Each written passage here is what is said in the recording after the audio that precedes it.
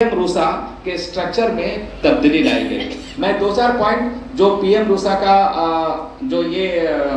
क्या फोकस कर रही है, उसका केंद्र बिंदु क्या है पीएम रूसा का, मैं आप सभी साथियों से साझा करना चाहूंगा कि पीएम रूसा का जो फोकसिंग एरिया है इक्विटी, एक्सेस एंड इंक्लूजन, वो महसूस कर रही है कि जो अभी तक शिक्षा का हम विस्तार किए हैं, अभी भी समान शिक्षा, समावेशी शिक्षा नहीं हो पाई है। सभी तक एक्सेसिबिलिटी, शिक्षा का एक्सेस नहीं कर पा रहे हैं। तो इस पर फोकस करने के लिए सरकार ने GER, ग्रॉस इनरोलमेंट रेशियो, यानी कि लिंगानुपात को भी ध्यान में रखते हुए कि बच्चे और बच्चियों के शिक्षा में, जो हायर एजुकेशन में ज्यादा से ज्यादा इन्वॉल्वमेंट हो, इसके लिए भी सरकार जोर दे रही है सभी संस्थानों में। और GER केवल बढ़ाने से नहीं होगा, बल्कि संसाधन को भी उसी के अनुपात में संसाधन को भी बढ़ाने होंगे। इवन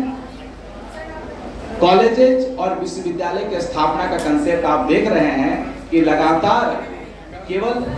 झारखंड में नहीं, बल्कि आप जब UGC का वेबसाइट आप जब खोलेंगे और देखेंगे तो पिछले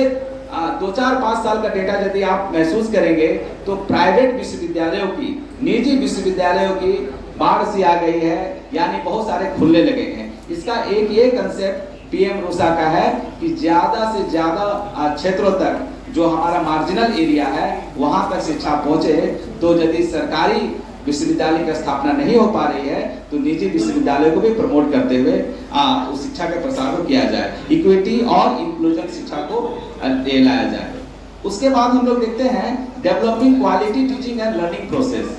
quality teaching and learning process में इसका कंसेप्ट है कि टीचिंग स्टूडेंट रेशियो को बढ़ाने के लिए योजनाओं का मैं एक चर्चा करूं, जिसका एक लाभ मैं भी लिया हूं कि शिक्षकों के कौशल विकास के लिए लगातार बहुत सारे यूनिवर्सिटीज 15 दिनों का, 21 दिनों का फैकल्टी डेवलपमेंट प्रोग्राम करा रही है। और उसी में एक UGC का एक बहुत ये महत्वाकांक्षी योजना है, ये टीचिंग लर्निंग प्रोसेस को, टीचर्स को, इस योजना के तहत सरकार की ये महत्वाकांक्षा है, ये उसका विषय है कि हम शिक्षकों को नए नए टेक्नोलॉजी और शिक्षा के क्षेत्र में जो बदलाव हो रहे हैं उसके लिए ऑनलाइन माध्यम से, ऑफलाइन माध्यम से उनको अपडेट करते रहें। तो ये एक पीएम रूसा का ये भी एक ऑब्जेक्ट है, फोकसिंग एरिया है। दूसरा है एक्रीडिटेशन।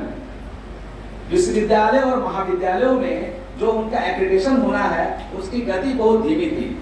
उसे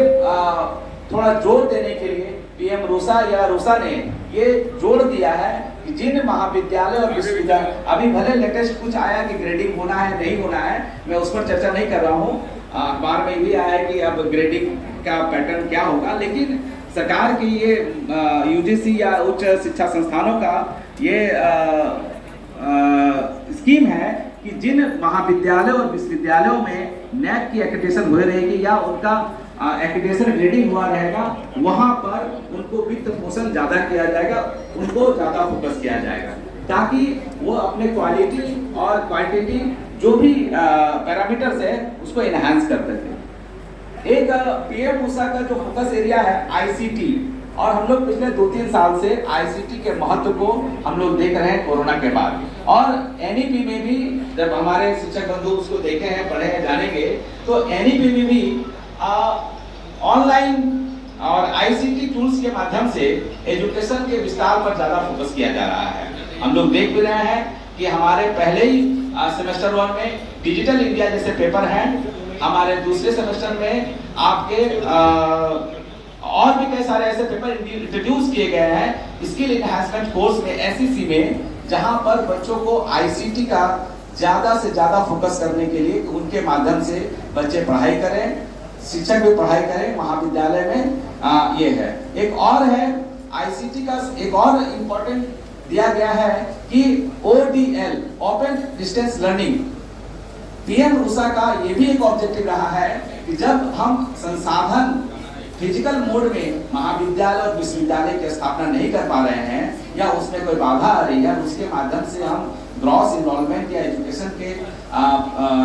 ये रेशियो को नहीं बढ़ा पा रहे हैं, तो ओपन एंड डिस्टेंस लर्निंग के माध्यम से भी हम ज़्यादा से ज़्यादा बच्चों तक पहुँचे और अपने हायर एजुकेशन का जो रेशियो है उसको हम बढ़ाएं। और इसी के संदर्भ में जो हमारे झारखंड में भी झारखंड ओपन यूनिवर्सिटी का गठन हुआ है, और देखिएगा कि हर महाविद्यालय में हर क्षेत्र में वो अपना यूनिट भी दे रही है कि यदि आपके पास टेबल कुर्सी बेंच बिल्डिंग की यदि कमी है और उसके कारण यदि आप बच्चों को इनरोल नहीं कर पा रहे हैं, तो बच्चों को एक ये भी रास्ता दे सकते हैं कि अपनी पढ़ाई को जारी रख सके। तो ये भी एक बहुत इम्पोर्टेंट फोकस एरिया है पीएम मूसा का। उसके बाद है enhancing employability through multidisciplinary course, और ये आज के डेट में हमारे सारे कोल्हान विश्वविद्यालय शिक्षक इस बात को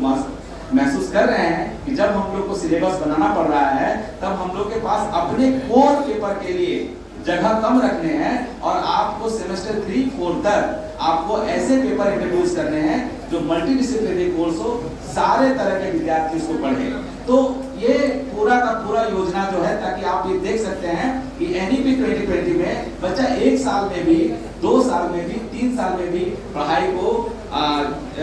कर सकता है और छोड़ सकता है। तो इसके पीछे एक ही फोकस है कि यदि बच्चा 3 साल तक पढ़ाई नहीं कर पाया और 1 साल में भी जो पढ़ाई किया है, तो कम से कम ऐसे विषय वो जरूर पढ़ ले जिससे उसको जीविकोपार्जन के लिए या किसी भी कार्य में वो क्षेत्र में जाना चाहे तो वो जा सकता है। तो ये उस पीएम मूसा का फोकस एरिया है, और इसका इंस्टीट्यूशनल स्ट्रक्चर 3 स्तरीय है। कमोबेश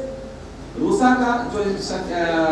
स्ट्रक्चर था वही स्ट्रक्चर है कि सेंट्रल लेवल, स्टेट लेवल और इंस्टीट्यूशन लेवल, और इंस्टीट्यूशन लेवल पर बीएमयू से लेकर बीओजी तक हमारे यहाँ गठित है और उसी माध्यम से काम कर रही है। कुछ